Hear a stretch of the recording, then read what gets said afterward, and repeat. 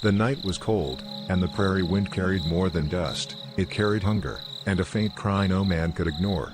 When Eli Carson found the boy crouched by his fence, ribs sharp as barbed wire, he gave him bread and a blanket without a second thought. But by dawn, the earth trembled.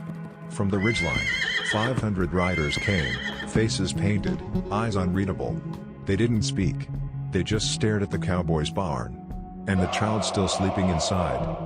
Don't forget to like and subscribe if you love Wild West stories. The wind swept hard across the open prairie that night, howling like a wounded beast and carrying with it the smell of cold iron and old sorrow. Eli Carson sat by the dying embers of his fire, a chipped tin cup of coffee cooling in his calloused hands, staring at nothing, just the empty stretch of land he'd called home since he'd turned his back on the cavalry and the war that never really ended inside him. The silence out there was heavy, broken only by the creak of the barn and the whisper of Winter's breath sliding under the door. Then came a sound, thin, desperate, human. A cry carried through the wind, soft at first, like something imagined. Eli froze, head tilting, breath caught. The cry came again, faint but real this time, cutting through the gale. It wasn't the wind. It wasn't an animal. It was a child. He grabbed his coat, still damp from the snow earlier that day, and stepped out into the dark. The land was a sea of pale dust and brittle grass, shimmering faintly under the moonlight. His boots crunched through frost as he followed the sound past his corral, past the split fence he kept meaning to mend. His heart began to race, not from fear, but from something older, something buried. He had heard cries like that before, years ago, when war had painted the plains red. Back then, his orders were simple: move forward, don't look back. Tonight, he was no soldier. Just a man chasing a sound that refused to be ignored. The cry came from near the dry creek bed, a gash in the land where water once ran before the droughts. Eli's lantern light flickered across something small curled in the dirt, bare feet, thin arms, eyes half open and glazed with exhaustion. The boy couldn't have been more than 8 or 9, his skin ashen from cold, lips cracked, clothes torn and clinging to his bones. For a heartbeat, Eli thought he was already gone. But then the boy's chest lifted with a shallow breath. Eli dropped to one knee, brushing frost from the child's face. "Easy now," he muttered, voice low, unsure if the boy could even hear him. The child's eyes fluttered, dark and hollow, then closed again. He was light as a shadow when Eli lifted him, too light. The boy's head rested against Eli's shoulder, and the rancher felt the tremor of a heartbeat against his chest, fragile but there. He carried him back toward the barn, each step heavy against the wind. When he reached the door, he kicked it shut behind him, the sound echoing through the empty space. He laid the boy down on a pile of hay, grabbed his blanket, and stoked the fire in the corner until it came alive again. The boy stirred, whispering something faint in his own tongue. Eli didn't understand the words, but he understood hunger, cold, and fear. He fetched bread, tore it with his rough hands, and placed it near the child's mouth. The boy barely chewed, just swallowed, eyes still closed. Eli watched in silence, the firelight dancing across his weathered face. Outside, the wind howled on, for the weathered boards like a living heartbeat in the dark. The boy lay curled on a pile of feed sacks, his skin pale beneath the soot and dust, ribs jutting sharp as fence wire, every shallow breath a struggle. Eli draped an old horse blanket over him, tucking it close around the narrow shoulders, the same blanket he'd once used on his mare during the long rides across the desert frontier. The boy stirred faintly, murmuring something in his own tongue, soft, broken syllables that carried no meaning but were heavy with ache. Eli set a tin plate beside him, laying down what was left of his bread, a heel gone hard and cracked but enough to fill his stomach that hadn't seen food in days. He poured a bit of water into a tin cup, warming it by the flames before touching it to the boy's lips. The child sipped weakly, then drifted again into that uneasy sleep of the near-dead. For a long while, Eli just sat there, elbows on his knees, staring into the heart of the fire. The popping wood and faint hiss of wind through the gaps in the wall were the only sounds. And in that silence, the past came crawling back, the smoke, the screams, the red glow of burning camps against the night sky. He could smell it even now, phantom and real all at once, scorched canvas, gunpowder, blood baked into the earth. He had been younger then, a soldier under orders that left no room for conscience. They were told it was justice, that the land had to be cleared, that peace came through fire. But peace had never come, Not for the ones who died, and not for the ones who lived. Eli's jaw tightened as the memory of a small figure, no older than the boy before him, flashed through his mind, running from a camp engulfed in flames. His hands had trembled then just as they did now, though back then he'd gripped a rifle, not a blanket. He swallowed hard, dragging himself back to the present. The boy gave a soft whimper, and Eli reached out instinctively, laying a rough hand on the child's shoulder. "You're safe now," he said quietly, unsure whether he meant it or deserved to. The boy's breathing slowed, steadier now. Outside, the prairie wind screamed like 1,000 ghosts, but inside the barn, the warmth began to hold its ground. Eli fed another piece of wood to the fire and leaned back against the stall, exhaustion creeping through his bones. The boy's name still unknown, his story untold, but something about his presence felt like a reckoning, a piece of fate the wind had carried straight to Eli's door. He watched the fire burn lower, the flames casting his shadow long against the wall, like the ghost of the man he once was, a man he no longer wanted to be. Tonight, he decided, would not end in regret. He'd already burned enough to last a lifetime. The night deepened into something endless, the kind of black that seemed to swallow whole the horizon, and the wind kept its lonely vigil, rattling the barn door like an uninvited ghost demanding to be let in. Eli lay stretched out on a bed of hay, coat pulled over him, eyes fixed on the dim glow of the fire that fought to stay alive in the iron stove.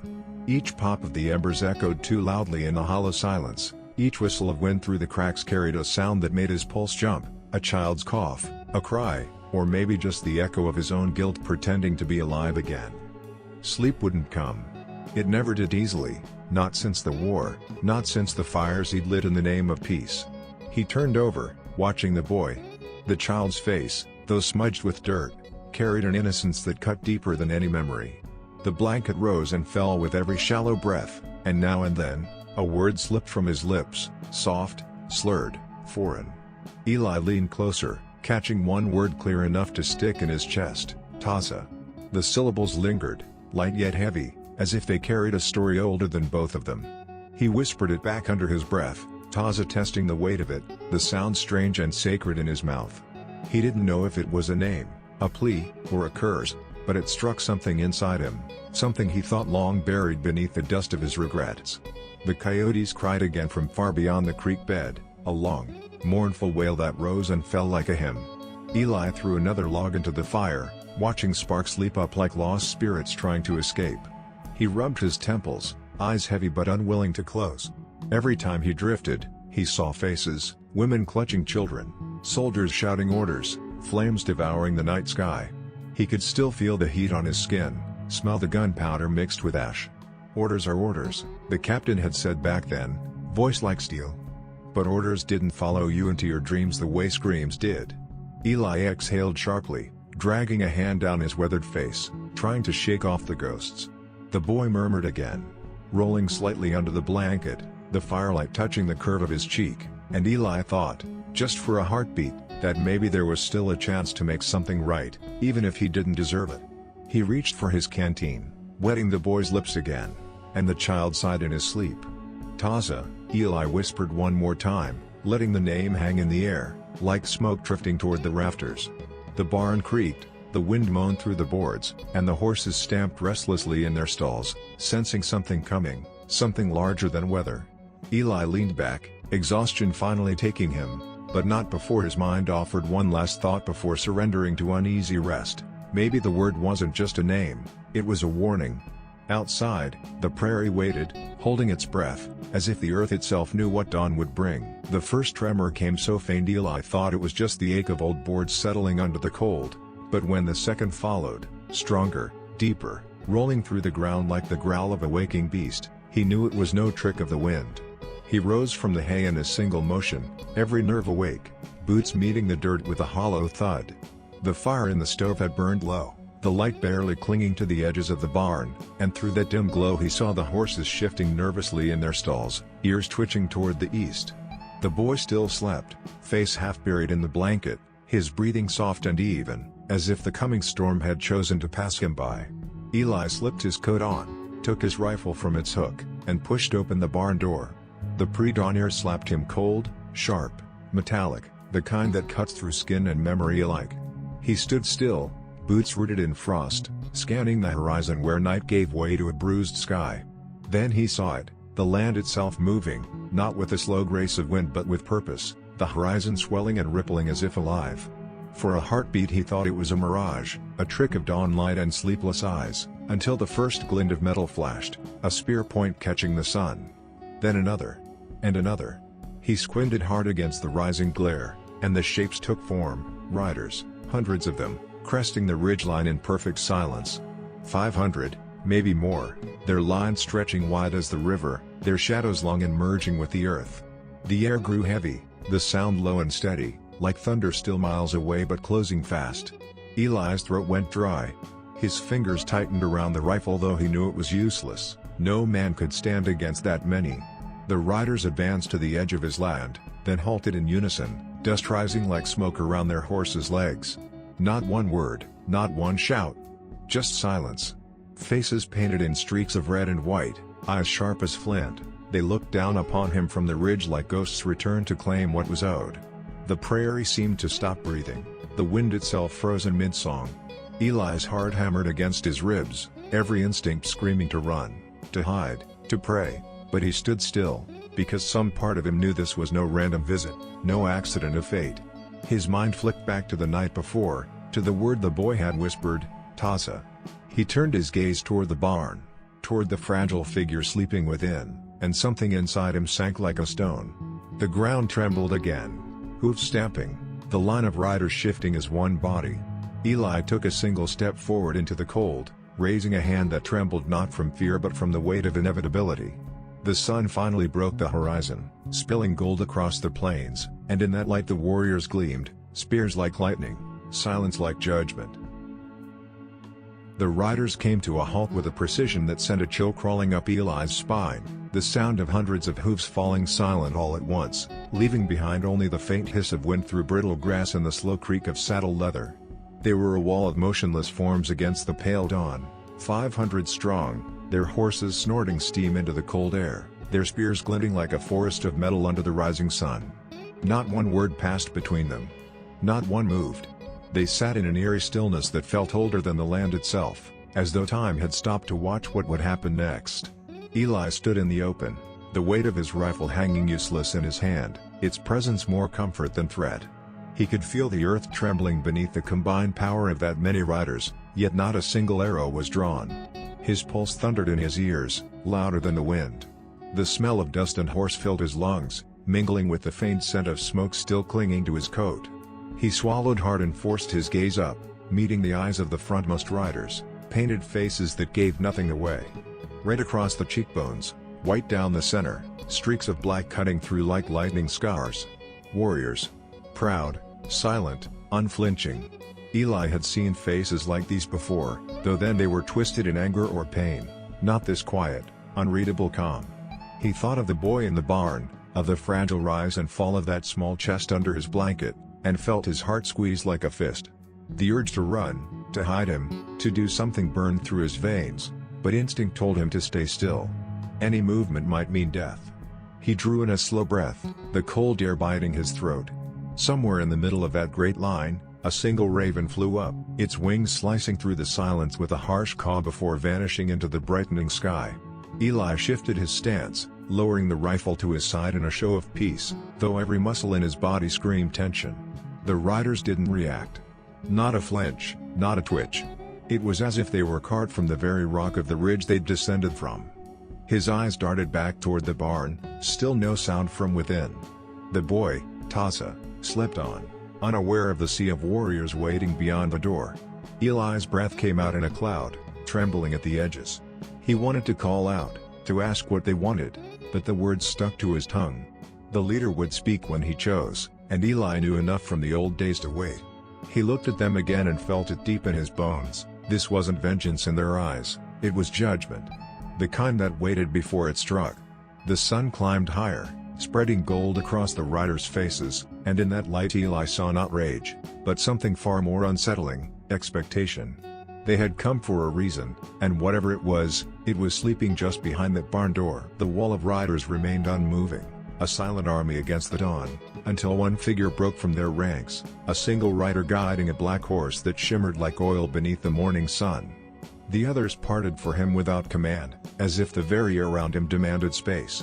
Eli's throat tightened as the sound of hooves approached, measured, deliberate, each step pressing deeper into the earth than the last. The man atop the horse was tall, broad-shouldered beneath a cloak of deerskin, his face marked with the faded lines of age and battle. Across his brow was a streak of white paint shaped like a wing, and from his hair hung a single hawk feather, bound in sinew and red thread. Around his neck, bones, small, polished smooth by time, clicked softly with each movement. Eli had seen many men in his time, soldiers and killers and preachers alike, but none carried a presence like this one. It wasn't power that radiated from him, it was command, the kind that needed no voice to be obeyed. The black horse stopped just a few feet away, exhaling a long, heavy breath that misted in the cold. Eli held his ground, though every instinct screamed to step back. The warrior sat for a long moment, studying him through dark, unblinking eyes, then swung one leg over and dismounted with slow, deliberate grace. The horse bowed its head slightly as the man's boots met the frozen dirt. He stood straight, tall as Eli but somehow larger, the kind of figure that seemed to belong more to legend than flesh. For a moment neither spoke. The prairie wind cut between them, sharp and clean, carrying the faint rattle of the man's bone necklace like distant thunder. Eli could feel his heart pounding in his chest, his palms slick around the worn stock of his rifle.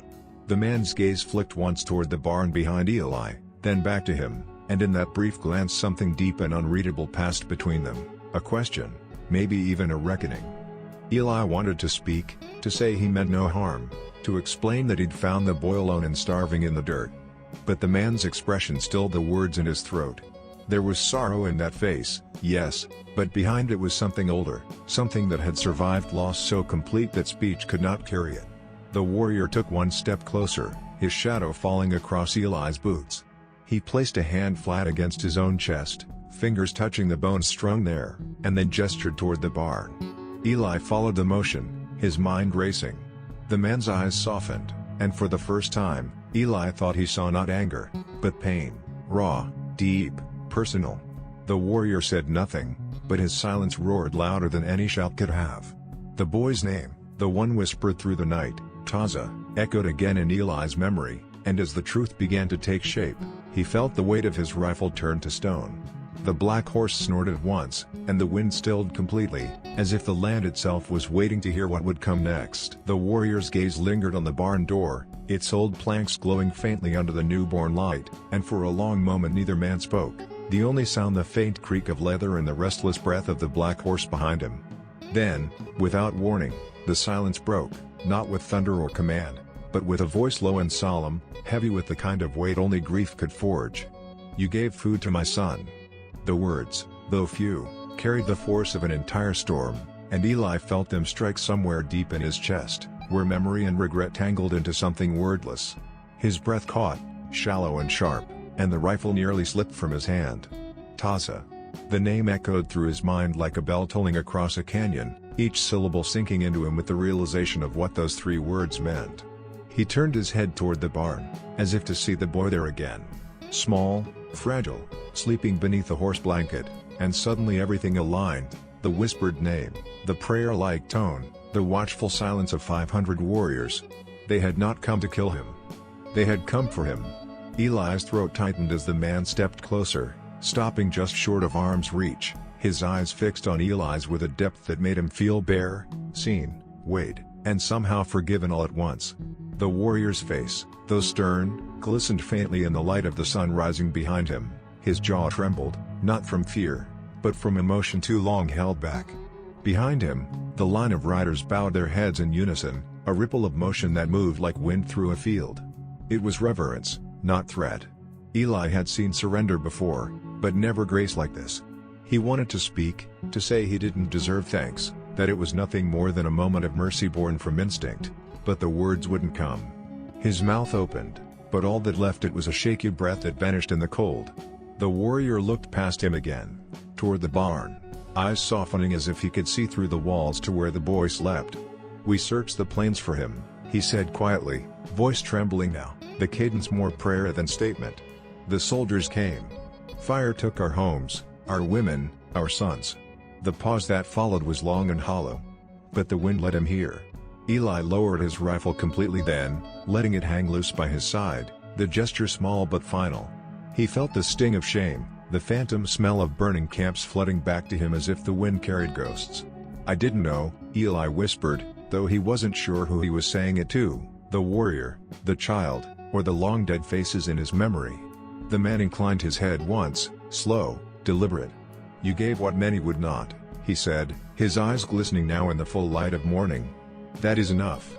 Behind him, 500 hearts seemed to beat as one, their stillness now sacred, not silent. Eli could hear the blood rushing in his ears, a thunderous echo that matched the slow, deliberate breaths he forced himself to take as he stared into the eyes of the warrior before him. His hands, though steady at his sides, trembled inside, caught between instinct and awe, between fear and a dawning reverence he didn't yet understand. He had stood before men ready to kill him before, drunk cowhands, outlaws, even soldiers on darker days, but this silence, this stillness, carried more power than 1,000 rifles raised in his face. He had expected vengeance to come screaming, arrows cutting through the dawn, the boy taken from his care as punishment for some offense he couldn't name. But instead, the air itself seemed to hum with something deeper, older, an energy that pressed against his chest like prayer. The warrior's gaze softened, though his voice, when it came, was rough like gravel and sorrow intertwined. When the soldiers came, he began, each word deliberate. They brought fire. Eli swallowed hard, feeling that old, acrid smoke fill his lungs again. Ghosts of a war that refused to stay buried. The man's voice didn't rise in anger, it fell heavy with remembrance. "Our camp burned before the sun could rise. Women. Children. Gone in the wind. My son, Taza, he ran when the flames reached our lodge. We followed his tracks until they vanished into the dry creek. We thought the earth had swallowed him." The warrior paused, glancing toward the barn, and Eli followed his gaze, seeing again the small form curled beneath a worn blanket, breathing, alive, unaware of the miracle his survival had become. "When we found the prince again," the man continued, "they led here. To your land." His eyes met Eli's once more, and the faintest flicker of something like gratitude stirred there. "We rode to reclaim what the fire did not take." The wind shifted, tugging at the warrior's feather, carrying with it a faint whisper through the grass like the sigh of the dead. Eli's throat tightened. He wanted to apologize, though for what, he couldn't quite say, his past, his silence, his survival. "I thought," Eli began, then faltered, the words catching on his tongue. "I thought you'd come for blood." The warrior's lips twitched, not in mockery, but in something that might have been sadness.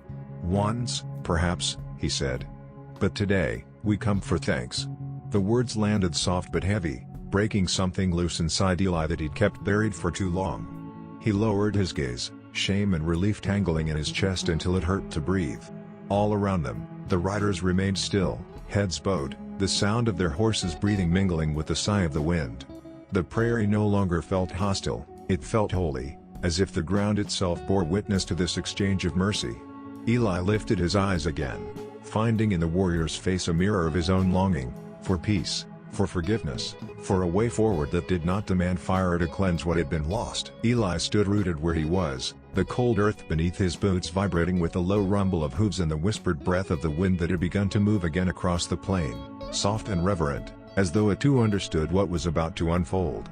From the line of riders, a few men dismounted, older, slower, their hair long and streaked with silver, their faces carved with the lines of sun, time, and endurance. They approached with deliberate calm, their movements neither hurried nor hesitant, carrying with them a gravity that made Eli's chest tighten. These were the elders, the keepers of memory.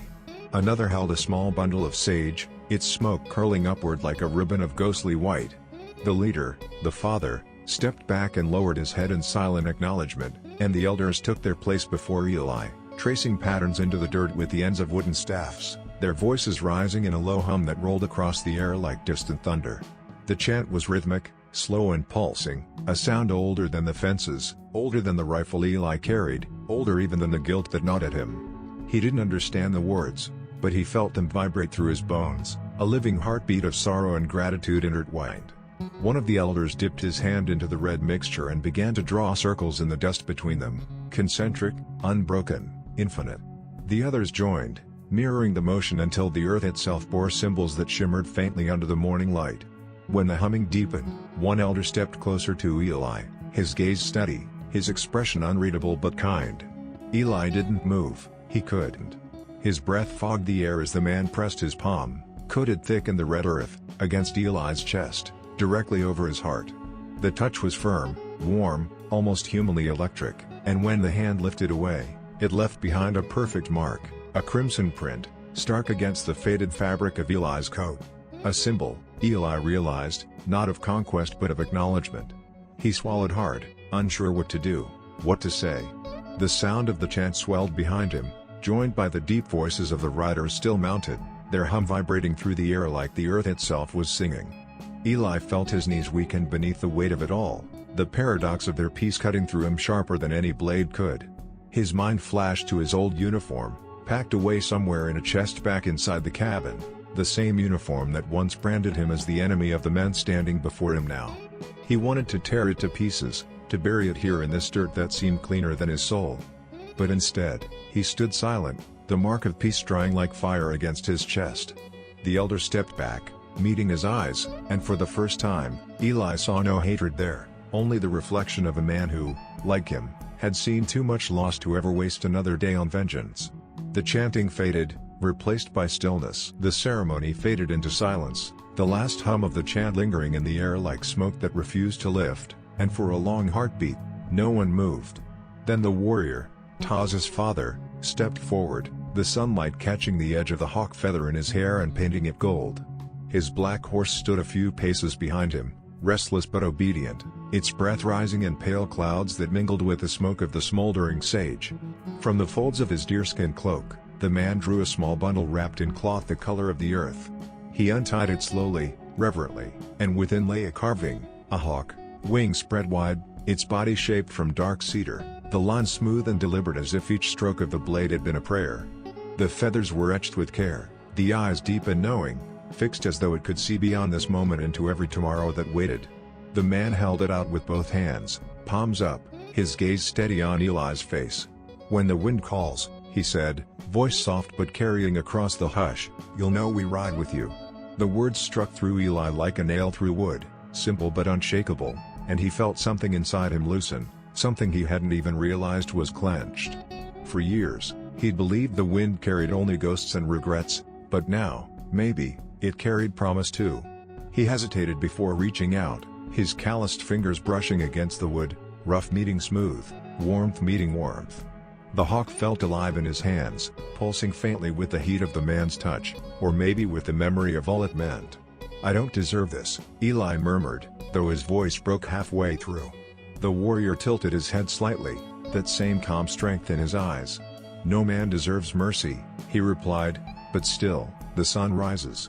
Eli looked down, unable to hold the weight of those words, afraid they might undo him completely. From behind the barn door came a sound, a small voice, weak but clear. "Father." Eli turned sharply. The boy had woken, eyes wide and shimmering with a faint light filtering through the cracks in the wall. Taz pushed himself up, the blanket falling away, and when he saw the man standing there, all the strength that sleep had stolen seemed to pour back into him at once. He stumbled forward, bare feet against the cold earth, and the warrior dropped to one knee just as the child threw himself into his arms. The embrace was fierce and wordless, the kind that stitched the world back together without needing to speak. Eli watched, his throat tightening, every heartbeat ringing with a mixture of relief, gratitude, and a hollow ache he couldn't quite name. The hawk totem felt heavier now, not as a gift, but as a charge, a reminder of what he'd done and what he still owed to the land and the lives it carried. The warrior rose with his son in his arms, looking once more at Eli. The sun climbed higher, spilling molten gold across the frozen prairie, and for a brief moment, it seemed as though the entire land held its breath, watching, listening, remembering. Then, without word or signal, the first rider turned his horse toward the horizon, the black mane rippling like smoke against the growing light. One by one, the others followed, a slow, fluid motion that rolled through the line like the tide returning to the sea. The soft thunder of hooves began again. Not fierce or hurried, but steady and measured, a rhythm older than words. Eli stood where he was, the carved hawk still clutched in his hand, and watched as the long column of warriors began to move, their silhouettes stretching across the plains, dissolving into the sun. The sound of their passing filled the air, not battle cries or chants, but the simple pulse of life leaving quietly, respectfully, as if not to disturb what mercy had been found here. Dust rose from their trail, glowing in the light like spirit smoke, until it became impossible to tell where the riders ended and the sky began. Taza rode with his father now, his small hands gripping the man's waist, the hawk feather in the warrior's hair swaying gently as the wind carried them home. For a long while, Eli could still make out their forms, a glint of metal here, a flash of paint there, but then the prairie began to swallow them, the way it did with everything, turning motion into memory, sound into silence. When the last rider crested the ridge and vanished beyond it, the earth seemed to exhale. Eli turned slowly, his boots crunching in the frost, and saw what they had left behind. The ground around his barn was stamped with hundreds of hoof prints, dark and perfect, circling the building in a wide, unbroken ring. It wasn't random, it was deliberate. A boundary. A mark of peace, or perhaps protection. The prints were deep, pressed into the earth like an oath carved by hooves instead of hands. For a long time, he stayed like that, head bowed, feeling the lingering vibration of their passage humming beneath his palm. The air smelled faintly of smoke and sage and horse, the scents mingling into something sacred. Behind him, the barn door creaked as the wind shifted, carrying along sigh through the dry grass. The land had grown still again. But the stillness was different now, gentler, settled. Eli stood, the hawk totem heavy in his hand, and looked once more toward the horizon, where the light still shimmered faintly in the trail of dust they had left. He knew that when the rains came, those tracks would fade, but the circle would remain, etched not in dirt, but in memory. As the wind whispered past his ears, stirring his hair, he thought he could almost hear it, the low rumble of distant hooves, the faint echo of a promise riding the wind. When the wind calls, the warrior had said. Eli lifted his face to the warmth of the sun and whispered back, "I'll hear you." Eli stood in the middle of his yard long after the last trace of dust had settled, the barn casting a thin shadow across the frost-bleached earth, and for the first time in years, the silence didn't feel like punishment. The wind had shifted, gentler now, almost kind, as it moved through the dry grass and whispered around the edges of the fence, carrying with it a warmth that had nothing to do with the sun. In his hand, the hawk totem rested heavy and smooth, its carved wings spread wide as though ready to take flight, its presence both foreign and familiar, like a truth he'd known once and forgotten. He turned it over slowly, tracing the grooves with his thumb, and every mark told a story: courage, sacrifice, forgiveness, all things he had once believed were beyond him. The morning light painted the land in amber and gold, the colors softening the sharp edges of everything, and he felt as though the world itself was breathing again. The memory of the riders lingered at the edge of sight, 500 silhouettes fading into forever, but what stayed strongest wasn't the fear or the awe, it was the quiet, reverent gratitude that had passed between them.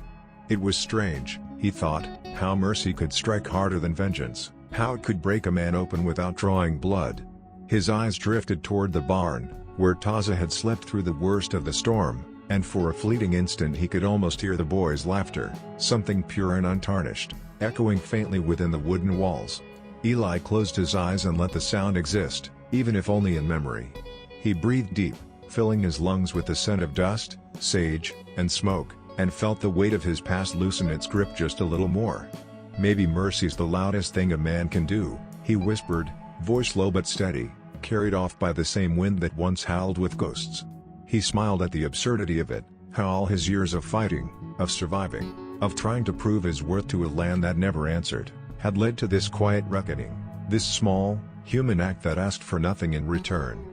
Eli watched until his eyes stung, the world around him blurring at the edges. Maybe it was the same hawk from the carving. Maybe it was something more. Either way, it felt like a sign, a promise kept, a spirit passing overhead to remind him that the past could still be redeemed. The wind rose again, tousling his hair, brushing against the red handprint still faint on his coat, and he thought he heard it whisper something faint and far away, an echo of hoofbeats, of chanting, of gratitude. The prairie stretched wide and eternal before him, no longer empty but alive, and as he turned toward the barn, the hawk totem pressed to his heart. Eli Carson understood that forgiveness, once found, was its own kind of frontier, vast, untamed, and waiting.